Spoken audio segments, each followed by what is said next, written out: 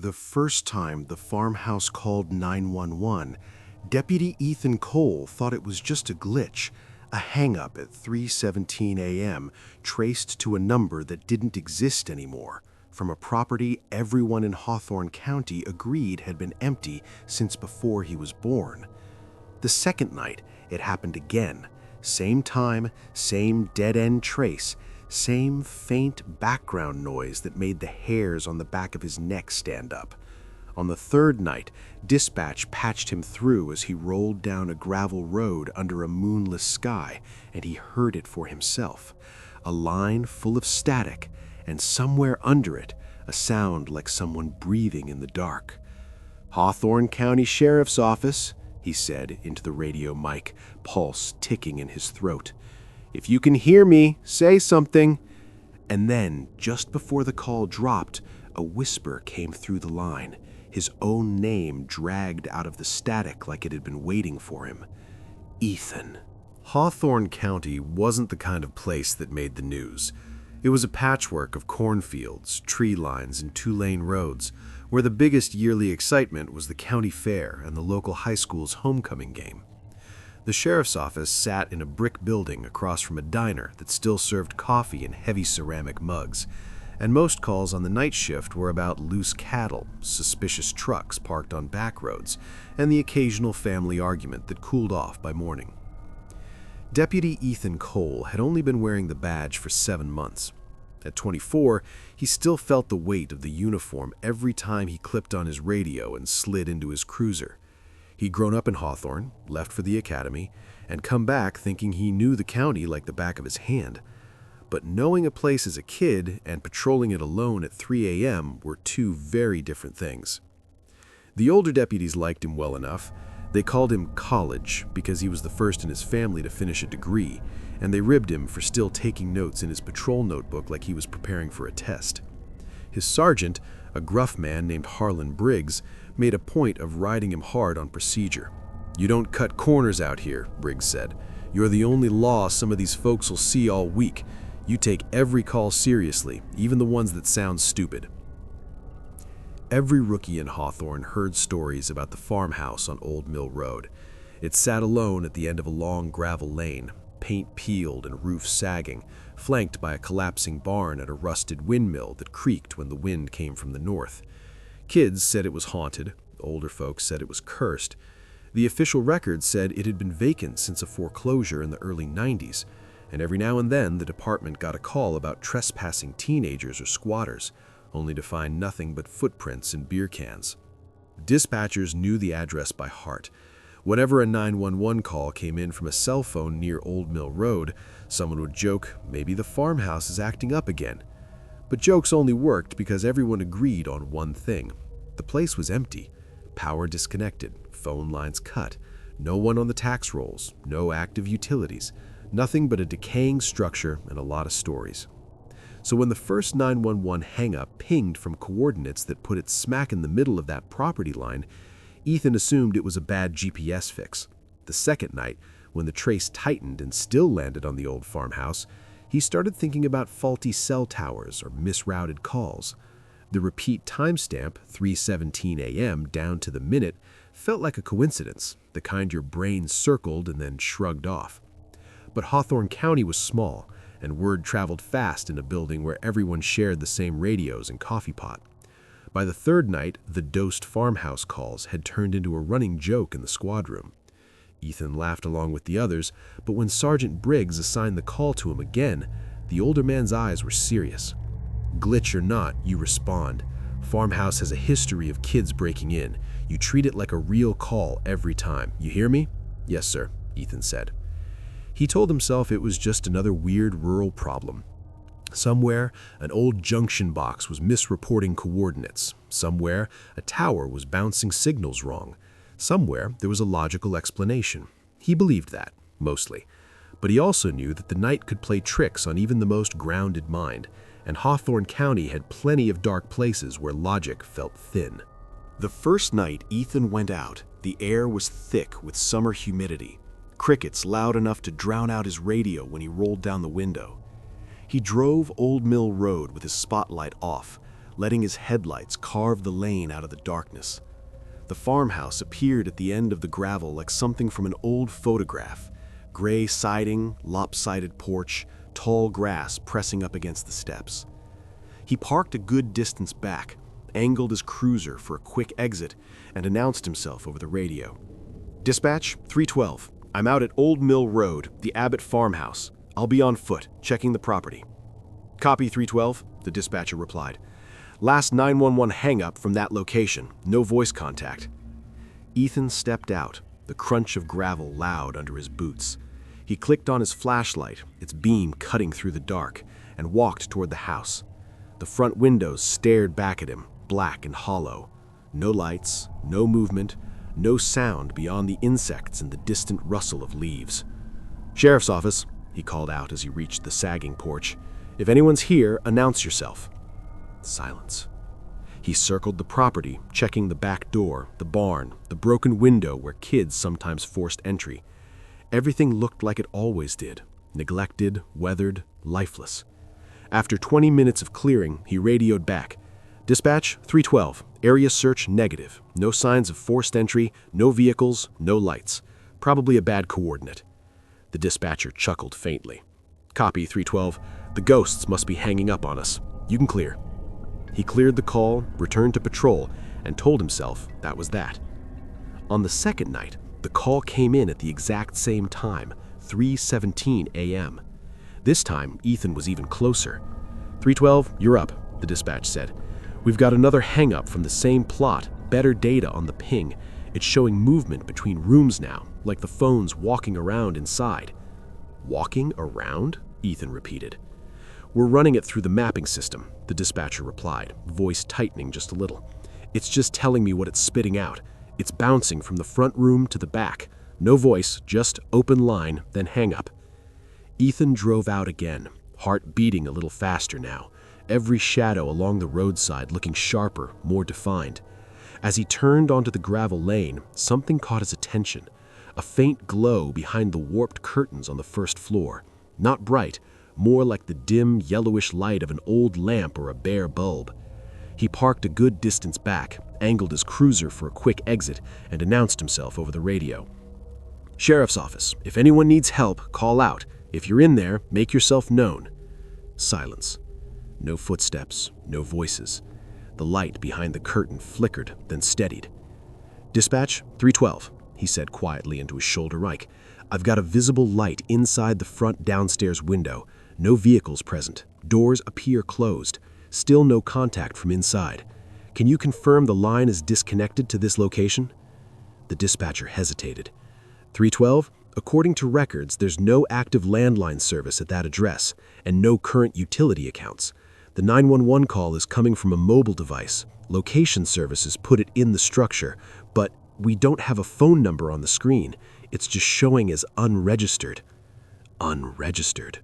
Ethan swallowed. "Copy." He tried the front door, locked. He listened, pressing his ear close enough to the wood to smell the dust and old paint. Nothing. No TV, no radio, just the faint hum of his own breath in his ears. He circled the house again, scanning with his light. The second-floor windows reflected his beam back at him like dull coins. The barn creaked when the wind shifted. Somewhere in the field, an owl hooted. By the time he returned to the cruiser, the light in the window had gone out. The third night, the hang-up came in again at 3:17 a.m. This time, dispatch didn't joke. 312, we're getting intermittent open line 911 from Old Mill again. No speaking, just static. The mapping trace shows movement from downstairs to upstairs to the hallway. Still unregistered source. You're the nearest unit. I'm on my way, Ethan replied, although a part of him wished someone else would volunteer. As he drove, the dispatcher added, I'm going to try to patch you in if the line opens again. Maybe they'll talk to someone on scene. He nodded to himself in the empty cruiser. Copy. If they call back, I'll take it. The farmhouse waited at the end of the lane just like before, dark and still. But as he cut his lights and let his eyes adjust, he saw something that made his skin prickle. A faint glow moving behind one of the upstairs windows, like someone walking past with a candle or a phone. Standing at the base of the porch steps on that third night, Ethan felt the weight of his badge and the quiet press of the fields around him. The wind had died, leaving the air unnaturally still. Even the crickets seemed to have gone silent. "Dispatch 312," he whispered into his radio. "I'm on scene at Old Mill. I've got intermittent light movement in the upstairs window. Still no vehicles. I'm going to approach for a closer look." "Copy 312," the dispatcher replied. Stand by. We've got the 911 line open again. I'm patching them through to your radio now. You should be able to hear what we hear." A soft click sounded in his earpiece, followed by a thin hiss of static, like an old television left on a dead channel. He held his breath, straining to pick out any sound beneath it. "This is Deputy Cole with the Hawthorne County Sheriff's Office," he said, addressing both the empty porch and the unseen caller on the line. "If you can hear me, say something. Tell me where you are in the house." The static warbled, then steadied. For a moment he thought he heard a far-off echo of his own voice, distorted and stretched. Then something else resolved under the noise, a faint rhythmic sound, like footsteps creaking on old floorboards. "Dispatch, are you hearing that?" he asked quietly. "Affirmative," the dispatcher replied, equally hushed. "Audio is recording. Signal still shows movement upstairs. We don't have a caller ID, 312. It's showing as source unknown." He took a measured breath and climbed the porch steps, each board groaning under his weight. He angled himself to the side of the door, flashlight ready but not turned on yet, letting his eyes maintain their night vision. "Hawthorne County Sheriff's Office," he called out again, louder this time. "This is a 911 callback. If you're hurt or need help, knock on the wall or call out." From inside the house, through the layers of wood and dust, came a sound that froze him in place. 3 distinct knocks, slow and deliberate, like someone tapping from the other side of the door. The radio hissed in his ear, the dispatcher's breath audible. 312, we just picked up those knocks on the line. Confirm that came from your location." "Affirmative," Ethan said, heart hammering. "Knocking from inside. I still have no visual through the windows. Doors appear secured, standing by for instructions." Technically, he had options. He could treat it as a possible emergency, call for backup, request authorization to force entry if life was believed to be at risk. He could err on the side of caution and wait for another unit. But he was alone in the dark, in front of a house that wasn't supposed to have power, getting a live 911 feed from a phone that didn't exist. Every rule in the book overlapped with every instinct in his body, and none of them agreed. He tried the doorknob one more time. It turned halfway, then stuck, as if something on the other side blocked it partially. He pushed gently. The door creaked open an inch, stale air drifting out. His flashlight beam cut through the gap, illuminating a narrow hallway with peeling wallpaper and dust motes swirling in the light. "Dispatch, I have a partially open front door. No obvious forced entry. I'm going to clear the first floor. Keep the 911 line open." He slipped inside, staying close to the wall, light sweeping left and right. The interior looked exactly like an abandoned farmhouse should. Sheet-draped furniture, a toppled chair, a coat rack with one empty hook. No fresh footprints in the dust, no signs of recent habitation. And yet the 911 audio in his ear still crackled with that strange, faint rhythm of footsteps that didn't match his own. As he moved toward the base of the staircase, the mapping system at dispatch updated again. 312, the dispatcher said, voice tight. "The signal just jumped to the upstairs hallway. Whatever this device is, it's showing right above you." Ethan stopped at the foot of the stairs. He tilted his light up, catching the edge of the landing. The banister cast long, crooked shadows. For a heartbeat, nothing moved. Then, in the dim reflection of a cracked hallway mirror at the top of the stairs, he saw it. Just for a second, a faint grayish outline, like the shape of a person standing still, head turned toward him. No features, no color, just the suggestion of someone there, then not, fading as his light hit the glass. Adrenaline surged through him. He blinked, refocused, and the mirror showed only his own flashlight beam and the empty landing. 312, status? Dispatch asked quickly. I've got possible shadow movement in the upstairs hallway. I can't confirm a person, no voice contact, no obvious subject in sight. The static in his ear swelled suddenly, louder, sharp enough to make him wince. Under it, for the briefest moment, he heard a sound that didn't belong to the house or to him. A breath, close to the microphone, and then a single word, barely formed but unmistakable. "Ethan," it whispered. The line went dead. He stood there, 1 foot on the stair, heart pounding, staring at the empty upstairs hallway. Logic battled terror in his chest. He keyed his radio with hands that felt suddenly clumsy. "Dispatch 312, he said, voice rough.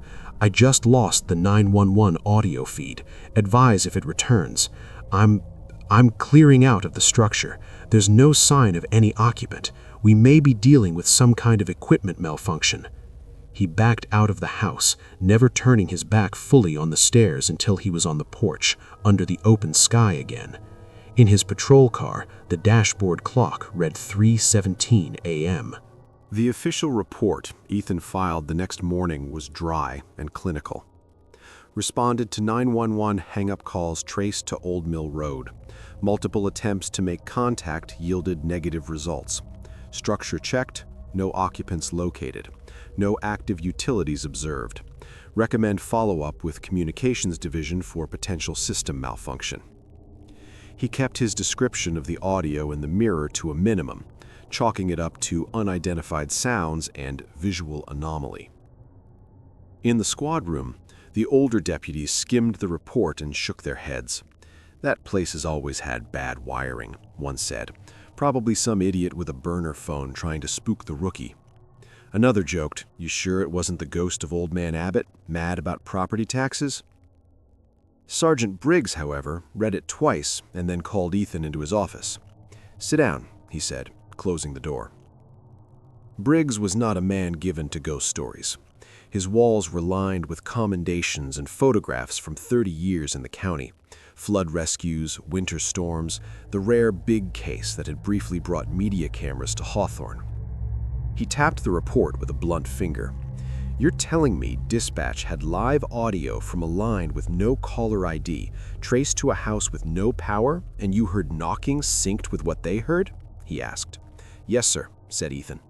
"And the mapping software showed movement from room to room. They could track it, like someone walking." "And you saw something?" Briggs pressed. Ethan hesitated. Saying it out loud felt like crossing a line he couldn't uncross. "In a mirror," he finally said. "Could have been a reflection, could have been shadows, I don't know. I won't swear to something I can't prove." Briggs studied him for a long moment. "You were alone at 3 in the morning in a place with a reputation," he said. "Your mind will fill in a lot of blanks." He paused. "But the calls are real. The trace data is real. The recordings are real. I've got communications combing through them. For now, the working theory is some kind of software glitch. Dispatchers are saying the system update last month has been causing weird mapping issues." Ethan nodded, but the explanation felt thin. Glitches didn't knock in answer to commands. Glitches didn't whisper names. The calls stopped after that third night. No more 3:17 a.m. hang-ups. No more unregistered sources from Old Mill Road. Dispatch moved on to more pressing issues. Real-world emergencies, domestic disputes, accidents that left no room for talk of haunted farmhouses. But the echoes of those calls followed Ethan home. The first voicemail came a week later. He woke up at 3:19 a.m., heart pounding, not sure why. His screen glowed on the nightstand with a missed call from an unknown number and a new voicemail notification. Half asleep, he pressed play. Static, thin and hollow, like the noise on the 911 line. He listened, waiting for some telemarketer pitch or scammer script to break through. Nothing. Just the hiss, rising and falling unevenly, almost like breathing. He hung up, chalked it up to a robocall glitch, and tried to go back to sleep. The next night it happened again. 3:17 a.m. Missed call from unknown, voicemail full of static. He checked the call log. No number, just unknown. He mentioned it to Briggs in passing, testing the waters. Probably spam, the sergeant said. Change your voicemail settings. Don't lose sleep over it. Easy to say, harder to do when the pattern repeated, night after night, always right around that same minute. One afternoon, when the squad room was empty, Ethan pulled up the Bodycam footage from the farmhouse on his computer. He told himself he was doing it for training, reviewing his tactics, checking his angles, assessing how he'd handled the call.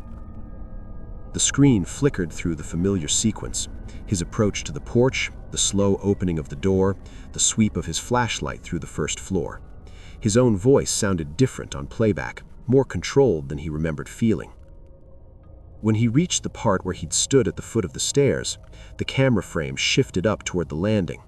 He watched the beam catch the cracked mirror. For a heartbeat, the image smudged, like a thumbprint on glass. Then, in the grainy video, he saw it. A faint outline stood in the mirror, more distinct than he'd let himself remember. Shoulders, head, the suggestion of eyes turned toward the camera. No color, no details, but clearly not a trick of random light. It lasted less than a second before the beam slid away. He paused the footage, leaned closer to the screen, heart thudding. When he stepped through frame by frame, the shape remained. Not in every frame, not always fully formed, but there, enough to make his stomach twist. His finger hovered over the delete key, a reflex to erase what he didn't want to explain to anyone else. Instead, he closed the video and logged off. Officially, the department closed the incident as unfounded, marking the 911 hang-ups as likely equipment errors and environmental noise. The dispatcher who'd heard the knocks moved on to other shifts. Communications issued a memo about updating software and clearing old address databases. The report went into a filing cabinet along with 100 other strange calls that would never make sense on paper. Unofficially, Ethan started waking up before his phone did, staring at it in the dark as the minutes ticked toward 3:17. Time passed, as it always does in small towns where the days blurred together between harvests, holidays, and high school games. Other calls demanded Ethan's attention, real, tangible problems with clear victims and obvious suspects. He handled DUI stops, burglary reports, neighbor disputes, and missing livestock. The farmhouse call became just one entry in a parade of incidents, but it never really left him. He learned to anticipate the joking tone when other deputies mentioned Old Mill Road. "Hey, college, you want the haunted house call?" they'd say when a stray noise complaint came in anywhere near that part of the county. He'd smile, roll his eyes, and pretend it didn't land differently for him. Every now and then, though, someone's expression would flicker when they looked at him, as if they were wondering whether he believed his own report. A dispatcher hinted that there were older stories about strange calls from that property, going back before the system went digital. Nothing documented, just tales traded over night shift coffee and stale donuts. At home, the voicemails slowly shifted. They didn't come every night anymore, just often enough that he never quite stopped expecting them. Some were pure static. Others had faint sounds underneath that resisted interpretation. Maybe wind through an empty hallway, maybe distant footsteps, maybe the hiss of interference bouncing between towers. Once, he swore he heard a muffled knock 3 times, spaced evenly apart, before the recording cut out. He changed his number. The calls stopped for a while. Then one winter, after an ice storm knocked out power across half the county, he got a single voicemail from unknown at 3:17 a.m. when his phone had been off and charging on the kitchen counter. When he hit play in the morning, the message didn't start with static. It started with silence, then a faint, familiar drawl, like his own voice, recorded and played back at a distance. "This is Deputy Cole with the Hawthorne County Sheriff's Office. If you can hear me, say something." The message ended there. He took the phone to Briggs, hands slightly shaking, and played it for him. The sergeant listened, jaw tight, eyes narrowed. When it finished, he didn't dismiss it with a joke. "How many people have access to your number?" Briggs asked. Family, a few friends, folks at the office, but nobody would go this far for a prank. And the timestamp. My phone was off, Sarge. Briggs nodded slowly. I can't put haunted voicemail on a form. What I can do is send this to communications, see if they can trace the origin. Maybe it bounced through some overseas server or got spoofed. Until I know more, I'm not putting this in the official logs. They both knew what that meant. Some things fit neatly into reports and case files. Some things lived in the spaces between, whispered over coffee or avoided altogether. On patrol, Ethan took to driving past Old Mill Road more often than his route strictly required. He never turned down the lane again without a call to justify it, but he'd slow just enough to see the farmhouse silhouette at the far end, sagging and still. The county eventually posted a no trespassing sign and added a loose chain across the driveway, as much to discourage thrill-seeking teenagers as anything else. A year later, a developer bought the land on paper. Rumor said they planned to raise the house and put up storage units or modular homes. Permits were filed, survey flags appeared in the field. Then, for reasons no one could quite explain, the project stalled. Paperwork delayed, funding pulled. The house remained, an unresolved line item in both county records and Ethan's mind. He stayed on the job. He got better at compartmentalizing the things he could prove and the things he couldn't. He never stopped believing in procedure, in evidence, in the importance of rational explanations, especially in a profession that wielded real authority over real lives. But on nights when the radio went quiet and the fields outside his cruiser window lay dark and endless, he couldn't help but think about that farmhouse, about calls from numbers that didn't exist, about a voice that knew his name when no one else was supposed to be on the line. Whether it was a glitch, a hoax, or something beyond what he was trained to name, one truth remained. He answered those calls. He went out there, alone, because someone or something reached out on a channel meant for emergencies. That was his job. That was his oath. And he knew that somewhere, in another county or another town, some rookie was taking a call that didn't make sense yet, feeling the same mixture of fear, duty, and curiosity. Maybe their story would end with a clear suspect and a closed case number. Maybe it would end with a question mark. Ethan could live with question marks. What he couldn't live with was the idea of ignoring them when they came in. When you hear a story like this, a rookie deputy, a supposedly empty farmhouse, 911 calls from nowhere, and evidence that doesn't fit neatly into a report, what do you think matters more? Finding a tidy explanation, or simply answering the call and doing your job anyway? If you were in Ethan's place, standing in that dark hallway with a radio in your ear and something knocking back, would you trust your training, your senses, or something in between? And where, for you, is the line between writing off the unexplainable as just a glitch and admitting that some parts of this world might always stay just beyond what we can prove?